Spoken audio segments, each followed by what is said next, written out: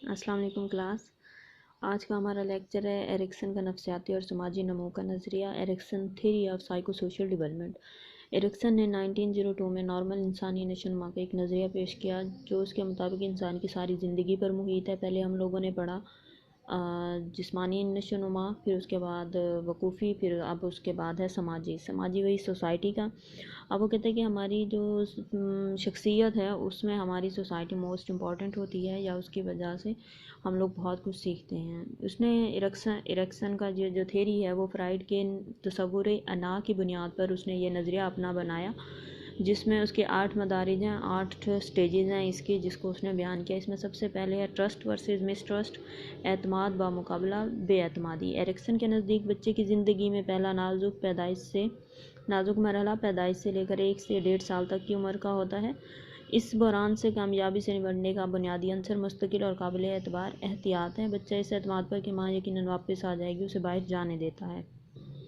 माँ पर उसका यही एतमाद उसको सिखाता है कि वो किस पर एतमाद कर सकता है और किस पर नहीं। इसमें जो सबसे इम्पॉर्टेंट है वो है एतमाद के 1 से 1.5 साल के बच्चे के अंदर जब यह एतमाद पैदा हो जाता है कि हाँ जी, कि उस पर कोई एतबार किया जा रहा है या वो किसी पर एतबार कर सकता है, तो वो जो स्टेज होती है उसका वो एतबार वो हमेशा सारी ज़िंदगी पर मुहित होता है। मतलब अगर इस स्टेज में एतमाद बच्चे को ना दिया जाए तो फिर क्या होता है कि बच्चे की सारी जो पर्सनैलिटी होती है उसमें हमेशा मिसट्रस्ट हो जाता है, वो कभी भी किसी पर एतमाद नहीं कर सकता। नेक्स्ट उसके बाद सेकंड पॉइंट है autonomy versus shame and doubt, खुद मुख्तियारी बामुकाबला शर्म, झिझक और शक। एरिक एरिक्सन के मुताबिक इस नाजुक मोड़ का अरसा 1.5 साल से 3 साल तक का अरसा है। इसमें क्या होता है कि सबसे पहले बच्चे की जो एतमाद होता है वो पहले ही कायम हो चुका होता है, और इसमें खुद मुख्तियारी की एक नई महारत होती है कि वो अपने माहौल के साथ कैसे उसने वाकफियत हासिल करनी होती है। अब इसमें ये होता है कि बच्चे को इस स्टेज पर होता है कि कितना उसे खुद मुख्तियारी दी गई है, कितना उसे इंडिपेंडेंट किया गया है, कितना उस पर एतमाद किया गया है। अगर उस पर एतमाद नहीं किया जाता तो फिर क्या होता है कि बच्चे में झिझक और शक पैदा हो जाता है जो उसकी सारी ज़िंदगी पर ही मुहित होता है। मतलब अगर जो जिस स्टेज में जो खामी आ जाती है वो फिर ये नहीं होती कि अगले स्टेज तक आकर ख़त्म हो जाएगी, नहीं, वो सारी ज़िंदगी पर रहती है। नेक्स्ट उसके बाद है आज़ादाना इजहार बामुकाबला एहसास जुर्म, इनिशिएटिव वर्सेस गिल्ट। एरिक्सन के मुताबिक बच्चों को 3 से 6 साल की उम्र में इस बहरान का सामना होता है। अब इसमें क्या होता है कि इसमें एहसास जुर्म ज़्यादा पाया जाता है। जैसे फॉर एग्ज़ाम्पल 3 से 6 साल का बच्चा है, उसे ये नहीं पता होता कि चोरी करना गुनाह है या चोरी नहीं करनी चाहिए, बुरी बात होती है। अगर वो चोरी कर लेता है और मुसलसल उसे टीस किया जाए कि तुम चोर हो या तुमने चोरी की है, तुम चोर हो, तो फिर ये चीज़ क्या होती है कि उसके अंदर एहसास जुर्म हद से ज़्यादा हो जाता है। वो ये भी नहीं समझता कि अच्छा मैंने सॉरी कर ली, मैंने इस काम को दोबारा छोड़ दिया तो अब ये काम ख़त्म हो गया, नहीं, वो उसको सारी ज़िंदगी वो एहसास जुर्म रहता है। इसमें फिर ये होता है कि बच्चे बाकायदगी से अपने एहसास ज़िम्मेदारी सीखते हैं, उससे लुत्फ़अंदोज़ होते हैं कि मेरे ऊपर क्या क्या ज़िम्मेदारी है और मुझे उसे कैसे पूरा करना है। और इसमें यही है कि अगर इसमें बच्चे को ज़्यादा कंट्रोल ना किया जाए तो बच्चा क्या होता है कि बहुत ज़्यादा आज़ादाना इजहार कर देते हैं, या कभी ऐसा होता है कि बहुत ज़्यादा आज़ादाना इजहार भी अच्छा नहीं होता और बहुत ज़्यादा रोक टोक भी अच्छी नहीं होती। नेक्स्ट उसके बाद पॉइंट है इंडस्ट्री वर्सेस इन्फीरियरिटी, मेहनत बामुकाबला एहसास कमतरी। 6 साल की उम्र से 12 साल की उम्र तक बच्चों में तहजीब और अपनी उम्र से बच्चों के बड़ी उम्र के बच्चों और बुज़ुर्गों की इज़्ज़त करना सीख लेते हैं। अब इसमें क्या होता है कि बच्चे के अंदर तख्लीक और परवान का जज्बा चढ़ता है। तख्लीक का क्या होती है कि क्रिएटिविटी, कोई नई चीज़ खुद से लेके आना या उसे बनाना। और मुकाबला क्या होता है, मतलब मुकाबला ये होता है कि उसने इतना पढ़ा है तो मुझे इतना पढ़ना चाहिए, उसने ये चीज़ ले ली तो मुझे भी ले लेनी चाहिए। छोटे बच्चों में ये आदत बहुत होती है, मतलब छोटे वो उसने ये चीज़ ली है, उसने गाड़ी ली है, मुझे भी लेनी है, उसने बाईसाइकिल ली, मुझे भी लेनी है। तो ये क्या होता है कि ये इस स्टेज पर आकर परवान चढ़ती है। अब इसमें क्या होता है कि पेरेंट्स अपने बच्चों को सिखाते हैं कि जो चीज़ हमारे पास है उसके मुताबिक हम तुम्हें वो सारी ले के दे रहे हैं या जो कुछ भी कर रहे हैं। अब इसमें फिर क्या होता है कि बहुत सारी हद तक होता है कि बच्चा वो चीज़ें अपनी एज के साथ समझना शुरू कर देता है। हमारा नेक्स्ट पॉइंट है शनाख्त व मुकाबला किरदारी उलझाओ। अब इसमें क्या होता है कि identity versus role confusion. Role confusion में क्या होता है कि इसमें अहम तरीन काम अपनी ज़ात की शनाख्त हासिल करना है। और इस में सबसे पहले यही होता है कि जो छोटा बच्चा होता है, क्योंकि वो बड़ा हो रहा होता है, जवानी के दौर में आ रहा होता है, तो उसके जिस्म के अंदर जो डिफरेंट किस्म की चेंजेस आ रही होती हैं वो उसे बहुत ज़्यादा उलझाव में रख देती हैं कि दर हकीकत मैं हूँ क्या, मैं कर क्या सकता हूँ, मतलब मेरे साथ ऐसा क्यों हो रहा है। जैसे अब छोटी बच्चियाँ होती हैं, जब जवान होती हैं तो उनके पीरियड्स आना शुरू हो जाते हैं, जिस्म के अंदर चेंजेस आना शुरू हो जाती हैं जवानी के दौर की। वो फिर क्या होता है कि वो उसी रोल कन्फ्यूजन में रहती है, मतलब क्या कर सकती हूँ मैं, कैसी हूँ मैं, और मैं हूँ क्या, कैसे हूँ। ये सारी जो क्वेश्चन होते हैं ये सारे इसी उसके अंदर ढूंढने की कोशिश की जाती है। अब ये होता है कि अगर पेरेंट्स या मदर उसको सही गाइड ना करे तो फिर क्या होता है कि उसके अंदर किरदारी उलझाव आ जाता है, मतलब मैं तो किसी काम की नहीं हूँ, मेरे लिए तो कुछ भी नहीं है। देन अगर बहुत ज़्यादा उसे मोहब्बत से और उससे बताया जाए या पढ़ाया जाए या कोई भी उसे काम बताया जाए तो फिर क्या होता है कि वो उस चीज़ को बहुत इजीली कर लेते हैं। नेक्स्ट उसके बाद है बेतकल्फ़ी की गहरी दोस्ती बमुकाबला तन्हाई और अलहदगी, इंटीमेसी वर्सेस आइसोलेशन। इसमें क्या होता है, इसमें दूसरे के साथ करीबी रवाबित भी कायम करना, जैसे फॉर एग्ज़ाम्पल अपोजिट जेंडर के साथ ज़्यादा आपकी अट्रैक्शन। फॉर एग्ज़ाम्पल अगर लड़की है तो उसे अट्रैक्शन होती है लड़के में, लड़का होता है तो उसे अट्रैक्शन होती है लड़की में। अब इसमें क्या होता है कि इसमें इनफरादियत भी कायम रखनी होती है, मतलब बंदा ये चाहता है कि जी मेरी ज़ात भी कुछ है, मतलब मेरी ज़ात को कुछ कहा जाए या उससे अलग से आइडेंटिफाई किया जाए। लेकिन ये भी होता है कि वो दोस्तों गहरी दोस्ती भी बहुत ज़्यादा रखना चाहता है, तो इसमें ये सारी चीज़ें मिलकर होती हैं। उसमें क्या होता है कि इसमें शादी करना, बच्चे पैदा करना, वो सारी इसी स्टेज में आ जाता है जिसमें बच्चे कोशिश कर रहे होते हैं। नेक्स्ट उसके बाद है नस्ल को आगे बढ़ाना बामुकाबला ठहराव, जनरेटिविटी वर्सेस स्टेगनेशन।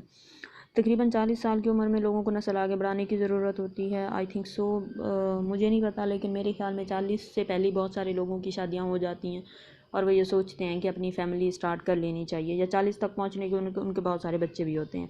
लेकिन ये उसके अपनी स्टेज के मुताबिक उसको डिफ़ाइन किया जा रहा है जी, वो नई नस्ल पैदा करना, उनकी रहनुमाई करना, या फिर ये होता है कि वो जो उसने बच्चे पाल पोस कर बड़े किए होते हैं उनको कुछ बना देना या उनको तो कोई तख्लीकी काम करके देना, ये हमारा नस्ल को आगे बढ़ाना बामुकाबला ठहराव है। नेक्स्ट उसके बाद है ज़ात या अना की सालमियत बामुकाबला मायूसी, ईगो इंटीग्रिटी वर्सेस डिस्पेयर। इसमें सबसे पहले ये होता है कि ये लास्ट स्टेज है जिसमें 60 साल के बाद तक का होता है। इसमें ये होता है कि अगर उसने सारी स्टेजेस को बहुत अच्छे तरीके से बचपन से सॉल्व किया हुआ होता है, मतलब बहुत अच्छे तरीके से उसका है, तो फिर वो क्या होता है कि वो अपनी गुजरी हुई ज़िंदगी से बहुत ज़्यादा मुतमईन होता है। लेकिन अगर नहीं होता तो फिर वही होता है, तासुफ़ होता है, अफसोस होता है सारी ज़िंदगी का कि मैं कुछ भी नहीं कर सकता, हसरत होती है, मायूसी होती है कि ज़िंदगी एक बार ही मिली है और मैं उसमें भी कुछ नहीं कर पाया, तो ये सारा इसमें आ जाता है। नेक्स्ट इसमें है जिस्मानी नमू या फ़िज़िकल डेवलपमेंट। इसमें क्या होता है कि इसमें हम लोग पहले भी पढ़ चुके हैं कि नशोनुमा जो होती है वो क्या होती है कि किसी की भी कैमियती या कैफियती जो तब्दीलियाँ होती हैं वो नशोनुमा कहलाती हैं। मतलब इस्तक़रार हमल और पैदाइश से लेकर मौत तक का सारा अरसा नशोनुमा में आता है। और नशोनुमा से मुराद तब्दीली का अमल जो कैफियती भी होती है और कमियती भी होती है, मतलब क्वांटिटेटिव भी होती है और क्वालिटेटिव भी होती हैं। तो ये सारी ज़िंदगी की उसी में जो सारी मतलब उसके अफ़ाल कह लें, उसकी सलाहियतें कह लें, उसकी कैपेसिटी कह लें, उसकी क्रिएटिविटी कह लें, वो सारी जो भी हम लोग पढ़ते हैं या उसको स्टडी करते हैं वो सारी जिस्मानी नशोनुमा में आती है। इसमें भी सबसे पहले कोलबर्ग का इखलाकी नमू का नज़रिया, ये थेरी भी मोस्ट इंपॉर्टेंट है, Kohlberg theory of moral development. पहले हम लोगों ने समाजी पढ़ी, कॉग्निटिव पढ़ी, अब ये इखलाकी नमू है कि हमारे अंदर या इंसान के अंदर या बच्चे के अंदर इखलाकी नमू कैसे बढ़ती है या कैसे पैदा होती है। अब उसके मुताबिक क्या है, उसने इखलाकी नमू की तारीफ़ करते हुए कहा कि इखलाकी नमू इंसाफ को कबूल करने की हिस्स की नमूई हालत है।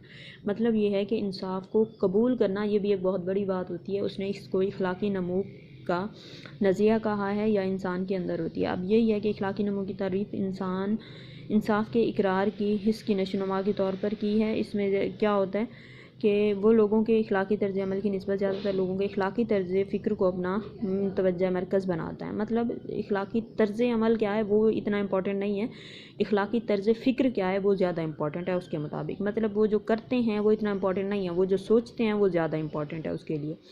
तो उसने एक सवालनामा तैयार किया था। उसने कहा कि एक बंदा जो जिसे दवाई नहीं ख़रीद सकता लेकिन उसकी बीवी बिल्कुल मरने के करीब है और उसे दवाई की ज़रूरत है लेकिन उसके पास पैसे नहीं हैं, तो क्या वो चोरी करेगा?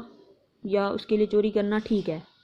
एक तरफ ये है कि चोरी करना गुनाह है, दूसरी तरफ चोरी उसने इस वजह से करनी है क्योंकि उसकी बीवी बस बिस्तर पर है, मरने के करीब है, उसके पास पैसे नहीं हैं, तो उसे चोरी लाजमी करनी है। तो इसमें इखलाकी तर्ज़ अमल और इखलाकी तर्ज़ फ़िक्र वो दोनों को देखेगा। नेक्स्ट उसके बाद वो कहता है कि अगर एक डॉक्टर को पता चले जो उसके मरीज़ को बहुत मोहलिक और बहुत क्रॉनिक किस्म की डिज़ीज़ है, दर्द वाली है, जो उससे बर्दाश्त नहीं हो रहा और वो बहुत ज़्यादा तकलीफ़ में है, तो डॉक्टर क्या करेगा? क्या उसे कोई जहर का टीका लगाने की कोशिश करेगा, या मौत से निजात दिलाएगा, या उसे कोई ऐसी दवाई देगा जिससे वो मर जाए और उसे अपनी इस मतलब बीमारी से निजात मिल जाए। अब इसमें क्या है कि इसमें ज़ाहिर सी बात है डॉक्टर क्योंकि मसीहा होते हैं, फ़रिश्ता होते हैं हमारे लिए, वो हमें कभी भी इस किस्म का नहीं कर सकते कि आपको पेन हो रहा है तो इस वजह से आप मौत के मुंह में चले जाएं, या आपको बहुत ज़्यादा मोहलिक बीमारी है तो आपको इस तरह किया जाए। लेकिन फिर भी अब उसके लिए क्या है, वो कहता है कि तर्ज़ अमल इसमें क्या होगा, इखलाकी, और तर्ज़ फ़िक्र क्या होगा कि बंदा इखलाकी तर्ज़ अमल क्या अपनाता है और तर्ज़ फ़िक्र क्या अपनाता है। इखलाकी तर्ज़ अमल यह है कि आप किसी के साथ बहुत अच्छा करते हो, आपका इखलाक बहुत अच्छा है, आपके अंदर इखलाकी जो खसूसियात हैं वो बहुत ज़्यादा हैं। फॉर एग्ज़ाम्पल आप बहुत अच्छे शहरी हो, सच बोलते हो, फ़लाना फ़लाना जो भी है। लेकिन अंदाज़ फ़िक्र क्या है आपका, आप सोचते क्या हैं, तो ये उसी पे बनाया गया है। अब उसने इसको 3 उसमें स्टेजेस में डिफ़ाइन किया है, 3 मदारिज को 3 सतहों में तकसीम किया है। किब्ल इखलाकी सतह 4 से 10 साल तक, रस्मी इखलाकी सतह का इस्तक़रारी किरदार 10 से 13 साल तक, खुद से तस्लीम करदा इखलाकियात की सतह 13 साल से बालिग होने तक। अगरचे इन सतहों से कामयाबी से नहीं गुजरता तो फिर कभी भी उसके इखलाकियाती असूल नशोनुमा नहीं पाते। उसके मुताबिक अगर लाइफ में अगर यही 3 स्टेजेस उसके सही होते हैं तो मतलब उसकी इखलाकियाती जो तरक्की है या इखलाकियात हैं उसकी वो ठीक होती हैं, अदरवाइज़ वो उसके लिए ठीक नहीं होती। नेक्स्ट उसके बाद है हिस्सी और इदराकी नमू।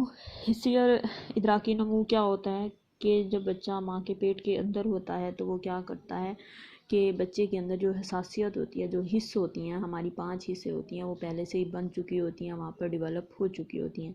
और जब बच्चा माँ के फिटस से बाहर आता है तो फिर वो क्या करता है कि उसे दुनिया का पता चलता है, दुनिया के जो सवाल हैं, मुहिजात हैं, उससे पाला पड़ता है उसका, जी अब मुझे क्या करना चाहिए। तो वैसे हिस्स या मुहिज यही चीज़ है कि हमारे लिए जो एक मुहिज आता है हम उसके मुताबिक रद्द अमल देते हैं। जहाँ पर इस्तक़रारी अमल के 6 से 8 हफ्तों के दरमियान वो लम्सी मुहिज के लिए रद्द अमल कर सकता है। लम्सी मुहिज क्या होता है कि छूने की हिस्स, जैसे माँ छूती है ना तो बच्चे को पता चल जाता है कि माँ ने छुआ है या किसी और ने छुआ है। अगर माँ ने छुआ है तो बच्चा चुप कर जाता है, अगर किसी और ने छुआ है तो उसे लम्स की हिस्स से पता चलता है जी बच्चे को।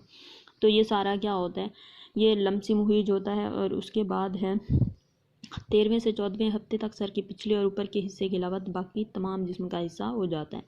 सर के पिछले और ऊपर के हिस्से में साथ पैदाइश के बाद पैदा होती है। हत्ता कि पैदाइश के वक्त जिस्म के दूसरे हिस्से के मुकाबले में चेहरा लम्स और दबाव के लिए हसास होता है। हमारा नेक्स्ट पॉइंट है दर्जा हरारत की हिस्स या सेंस ऑफ टेम्परेचर। इसमें क्या होता है कि इसमें टेम्परेचर पहले से ही, टेम्परेचर की जो हिस्सा है, सॉरी, टेम्परेचर की हिस्स जो है वो पहले से डेवलप हो चुकी होती है, मौजूद होती है बच्चे के पैदा होने के बाद। अब इसमें क्या होता है कि बच्चों को अगर गर्म दूध दिया जाए, कुछ दिया जाए, तो उनको वो फ़ील करते हैं जी बहुत गर्म दूध है तो नहीं पीना, मतलब बच्चा उससे क्या करता है, रोना शुरू कर देता है कि वो उसका मुंह जल रहा है या जो भी। अब बच्चा बता तो नहीं सकता लेकिन रोने के अंदाज से पता चल जाता है जी बच्चे को ये कुछ हुआ है। नेक्स्ट उसके बाद है जायका और शामा की sense of taste and smell. इसमें क्या होती है कि टेस्ट एंड स्मेल, जायका की हिस्स पैदाइश के वक्त मुकम्मल तौर पर तश्कील हो जाती है। इसमें यही होता है कि बच्चे को अगर मीठी या नमकीन चीज़ों को चूस कर खुशी का इजहार करते हैं, उसमें क्या होता है कि मीठी या नमकीन दी जाए तो वो खुशी खुशी चूस लेते हैं, लेकिन अगर खट्टी और कड़वी दी जाए तो ना खुशी का इजहार करते हैं, मतलब चूसने से गुरेज भी करते हैं। तो ये क्या होता है कि ये पैदाइश से पहले भी होता है। और दूसरा ये होता है कि जो बच्चे प्री मैच्योर पैदा होते हैं, मतलब 6 महीने, 6 तो खैर नहीं होते बच्चे पैदा, 7 महीने का बच्चा पैदा होता है, 8 महीने का बच्चा पैदा होता है, उसमें क्या होता है कि उसमें जायका की तहीज़ के लिए जवाबी अमल ज़ाहिर होता है। मतलब प्री मैच्योर जो बच्चे होते हैं वो भी इसमें क्या कर रहे होते हैं, मतलब रद्द अमल पेश कर रहे होते हैं। उसके बाद शामा ये सूंघने की भी नौज़ायदा बच्चों में मुकम्मल पाई जाती है। वो चीज़ों को सूंघ कर मतलब उनके अंदर फ़र्क पैदा कर सकते हैं, बता तो नहीं सकते लेकिन उनके जो अफ़ाल होते हैं या उनके जो एक्शंस होते हैं उनसे पता चल जाता है। उसके अलावा समाई हिस्स पैदाइश के वक्त मुकम्मल हो जाती है, वो खालिस आवाज़ और मुरक्कब आवाज़ों में तमीज़ कर सकते हैं आवाज़ों की बुलंदी और वक्फ़े के दरमियान फ़र्क को समझ सकते हैं, बोल चाल की हद तक हल्की आवाज़ों को सुन सकते हैं, मध्यम और सुरीली आवाज़ों से सुकून महसूस करते हैं। पैदाइश के थोड़ी देर बाद बच्चे आवाज़ का इर्तिकाज़ कर सकते हैं। आवाज़ के इर्तिकाज़ का मतलब है कि आवाज़ आ कहाँ से रही है, बच्चों को वो पता चलना शुरू हो जाता है। हाँ जी, हमारा नेक्स्ट पॉइंट है बसरी हिस्स। बसरी हिस्स क्या होती है कि देखने की हिस्स, ये भी यही होती है कि कहा जाता है जी रिसर्चर्स के मुताबिक कि बच्चे के अंदर उस टाइम जो हिस्स होती है, सेंस ऑफ विजन, वो इतनी ज़्यादा डेवलप नहीं हुई होती। मतलब डेवलप तो होती है लेकिन फुल कंप्लीट उसको नहीं हुआ था। तो इस वजह से ये है कि बसरी हिस्स जो है उस टाइम नहीं बनी हुई होती। रंग और शक्ल नमूने का इदराक, इसमें क्या होता है कि चीज़ों को देख कर बच्चे किस तरह करता है। अब इसमें है 5 दिन का, जो ये 5 दिन या उससे कम उम्र के बच्चे होते हैं वो काली और सफ़ेद नमूने की चीज़ों को ज़्यादा देर तक देखते रहते हैं। जैसे छोटा बच्चा होता है ना, कलरफुल चीज़ें दिखा दो तो वो देखना शुरू कर देता है। उसमें क्या होता है कि उसमें दिनों के मुताबिक होता है कि बच्चा अगर 1.5 महीने का हो गया, महीने का हो गया, तो वो चीज़ों को देखने के मुताबिक तमीज़ कर सकते हैं। इसमें भी उसमें उन्होंने यही डिफरेंट रिसर्चेस की कि 10 शक्लों वाली 20 शक्लों वाली चीज़ें बना के और उसको फ्रेम की शक्ल में उन्हें दिखाई, तो वो बच्चों ने क्या देखा, कितनी बार देखते रहे, किसको ज़्यादा देखा, तो ये सारी चीज़ें इसी में आ जाती हैं। नेक्स्ट उसके बाद है गहराई का इदराक। गहराई का इदराक क्या होता है कि गहराई इसमें होता है कि बच्चा जो है वो पहले तख्ते की ऊंचाई और चौड़ाई का इदराक तो पैदाइशी होता है, लेकिन गहराई का इदराक तजर्बे से सीखता है। अब इसमें यही होता है कि बहुत सारे बच्चे अशिया को उन अशिया की तस्वीर के मुकाबले में ज़्यादा अच्छी तरह देखते हैं। अशिया और उनकी तस्वीर के दरमियान इम्तियाज़ गहराई के इदराक को ज़ाहिर करता है, जो मुजिश के अमल से पहले ही वाक़या हो जाता है। जैसे छोटा बच्चा होता है, आप उसे कभी चारपाई पे या बेड पे बिठा दो तो वो चलते हुए तो नहीं, खैर क्रॉलिंग करते हुए या लेटते हुए फ़ौरन नीचे गिर जाता है। उसका क्या होता है, क्योंकि उस टाइम उसे गहराई का नहीं पता होता कि वो किस जगह से गिर रहा है, लेकिन वो अपने तजर्बे से सीखना शुरू हो जाता है। एक बार उसे चोट लगती है, 2 बार लगती है, लेकिन बाद में वो उस चीज़ को सीख लेता है। मतलब ये तजर्बे से सीखता है। नेक्स्ट उसके बाद है कुरानी आयात और हदीस। ये आप लोग ख़ुद पढ़ लीजिएगा, बहुत इजी सी हैं। आई होप सो कि आप लोगों को लेक्चर समझ आ गया होगा। अगर कोई प्रॉब्लम हो तो बता दीजिएगा दोबारा, और कोई पॉइंट नहीं समझ आए तो वो भी चलें इंशाल्लाह। ओके जी, अल्लाह पाक आप लोगों को हमेशा खुश रखे, सबको अपनी हिफ्ज़ व अमान में रखे, अपनी दुआओं में याद रखा करें। अल्लाह हाफ़िज़।